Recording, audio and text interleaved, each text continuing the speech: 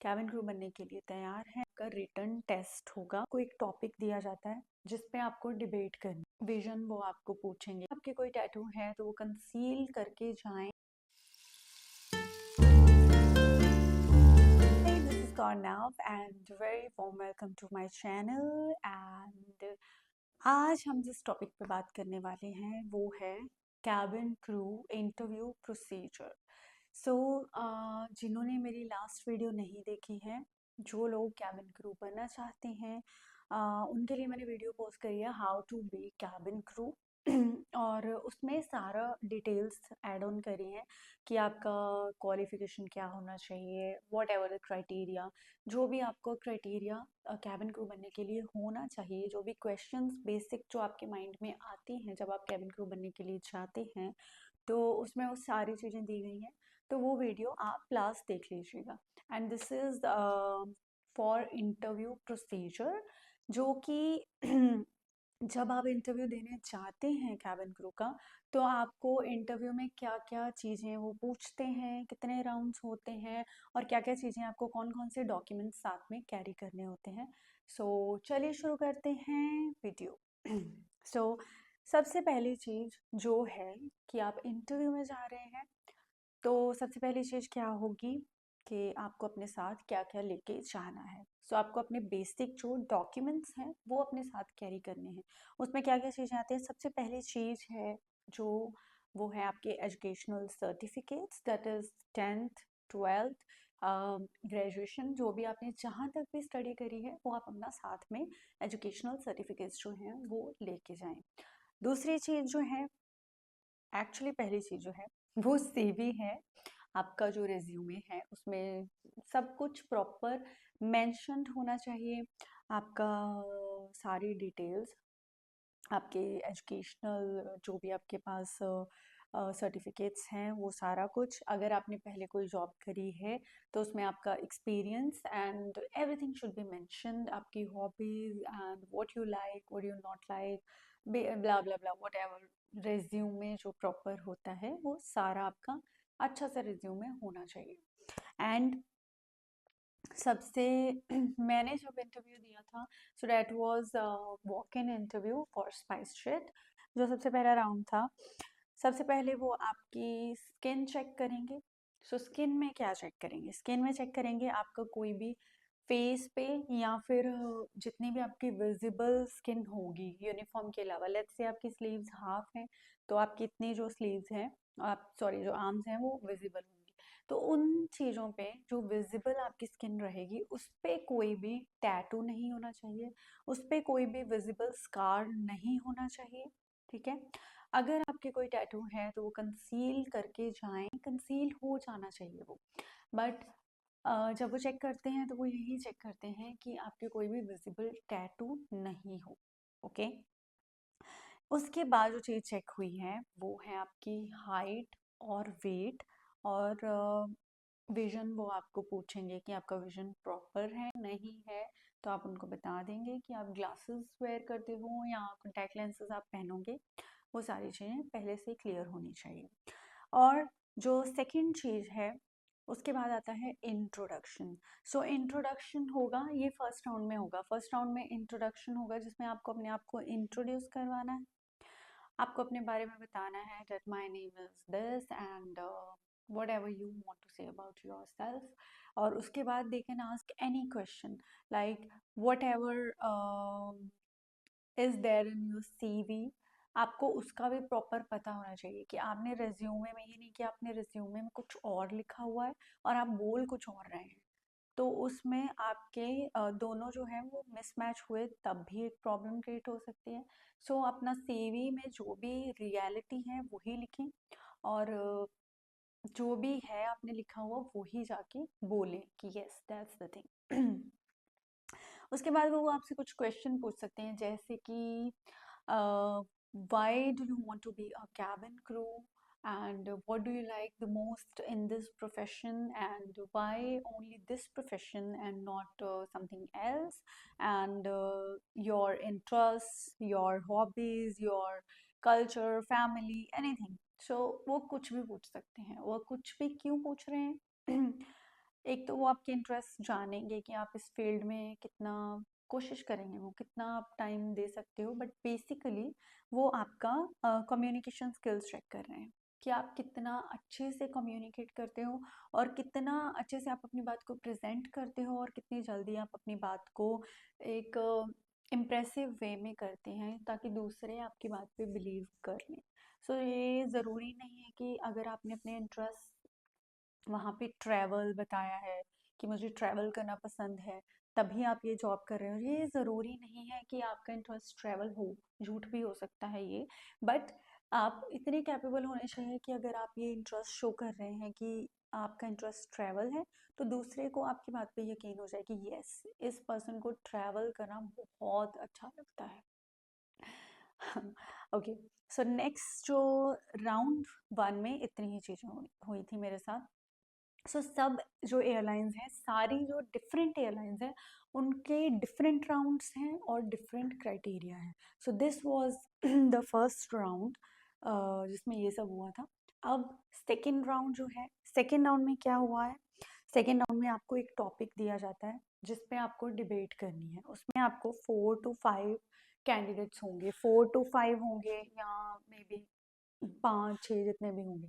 सो एक टॉपिक आपको दिया जाएगा, उस पे आपको आपस में डिस्कशन करनी है या डिबेट करनी है, पॉजिटिव साइड्स उसी टॉपिक के या नेगेटिव साइड्स जो भी है, जो भी आपके अकॉर्डिंग सही है, आप वो चीज़ें बता सकते हैं।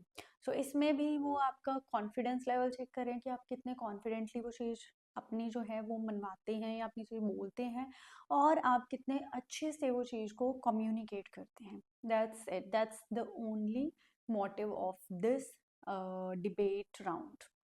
ओके, सो फर्स्ट डे में ये था डे वन। डे वन में सिर्फ 2 ही राउंड्स होते हैं। फर्स्ट राउंड जो है वो है आपका इंट्रोडक्शन और आपका स्किन, वेट, हाइट चेक करना एंड एवरीथिंग, ठीक है, और आपके बारे में थोड़ा बहुत जानना, पूछना, आपके कम्युनिकेशन स्किल्स चेक करना।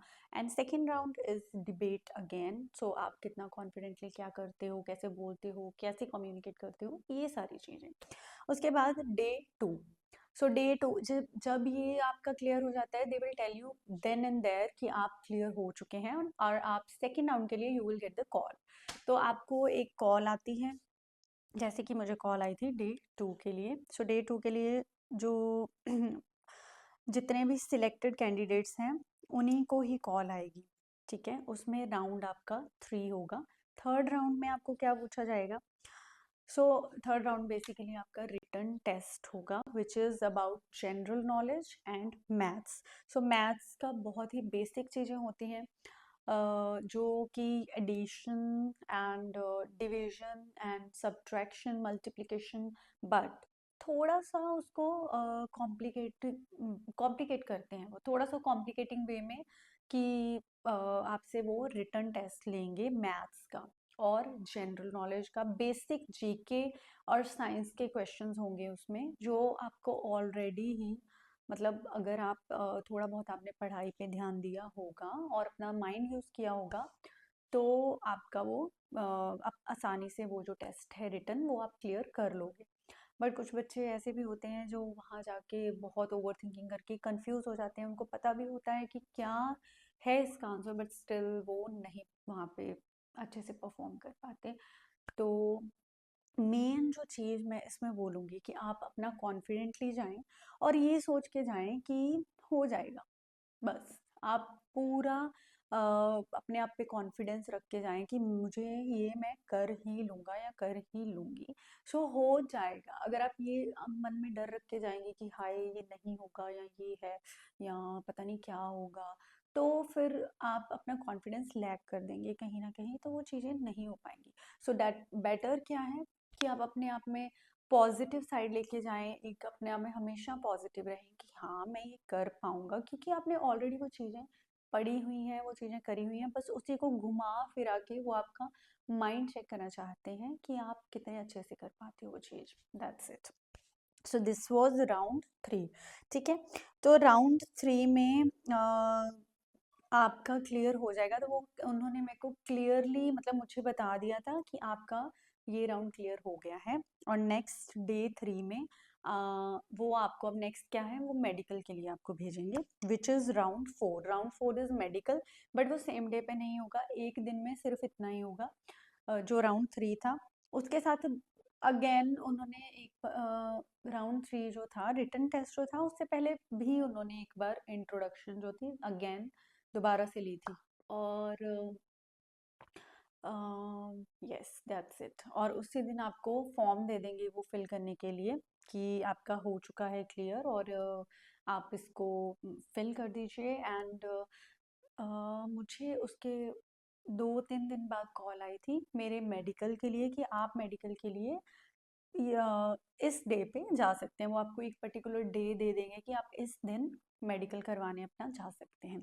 तो राउंड 4 में क्या होगा कि आपका मेडिकल करेंगे, वो जो बेसिक चीज़ें हैं, आपका ब्लड टेस्ट एंड कुछ अल्ट्रासाउंड्स वगैरह जो भी उनको रिक्वायर्ड होगा। सब एयरलाइंस का डिफरेंट होता है शायद क्राइटेरिया। सो मेडिकल राउंड के बाद आप सिलेक्ट हो चुके हो एंड वो आपको कॉल आएगी, क्योंकि उसी दिन आपको नहीं बताएंगे, आपको एक क्लिनिक जाना होता है, जो भी उनका क्लिनिक जिसके साथ भी उनका टाई अप होता है, उस क्लिनिक में आपको भेजेंगे मेडिकल राउंड के लिए। तो मेडिकल राउंड आपका क्लियर जब होगा, आप वहाँ पे अपना सैंपल्स दे के आ जाओगे, और जब भी क्लियर होगा वो आपको कॉल कर देंगे कि आपका मेडिकल क्लियर हो चुका है and congratulations, we are sending you for training. That's it.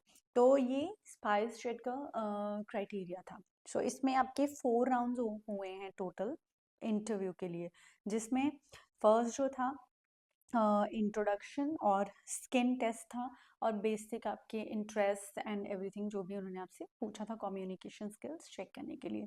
Round 2 हुआ था वो डिबेट था, जिसमें आपको एक टॉपिक देंगे और डिबेट करवाएंगे 4-5 कैंडिडेट्स के बीच में।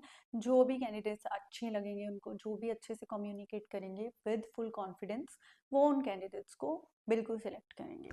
एंड उसके बाद आपका जो है वो है round 3, which is a written test, that is GK and your maths, जो बेसिक है, जो बहुत ही बेसिक चीज़ें होती हैं, बट थोड़ा सा कॉम्प्लिकेटेड वे में, थोड़ा सा घुमा फिरा के पूछेंगे वो।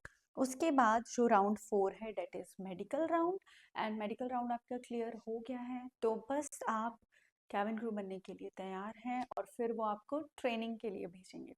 सो नेक्स्ट जो ट्रेनिंग है, ये सबसे मेन पार्ट है। हम सोच लेते हैं कि अब हमने वॉक इन क्लियर कर लिया है, so now it's gonna be very easy, but let me tell you one thing, that the most difficult part is the training. Training जिसमें आपको, ट्रेनिंग में आपको क्या करना पड़ेगा, ट्रेनिंग में आपको बहुत सारी पढ़ाई करनी पड़ेगी। आई थिंक इतनी पढ़ाई तो मैंने लाइक पूरा अपना ग्रेजुएशन में भी नहीं करी है, जितनी पढ़ाई मैंने ट्रेनिंग में करी है।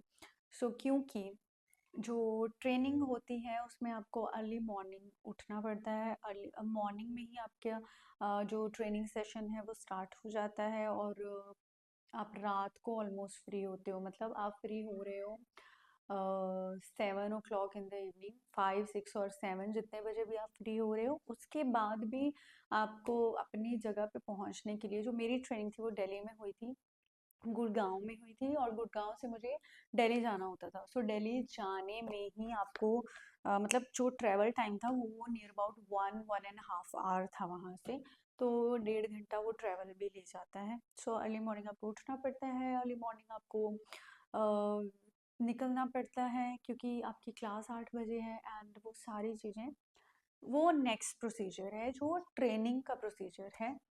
सो उससे रिलेटेड भी अगर आप एक वीडियो चाहते हैं तो आप मुझे कमेंट्स में बता सकते हैं, और ट्रेनिंग की वीडियो, जो ट्रेनिंग का प्रोसीजर क्या होता है उसकी एक वीडियो बना के मैं आपको दे दूँगी यूट्यूब पे। But if you are interested तो आप मेरे को कमेंट्स में लिख सकते हैं।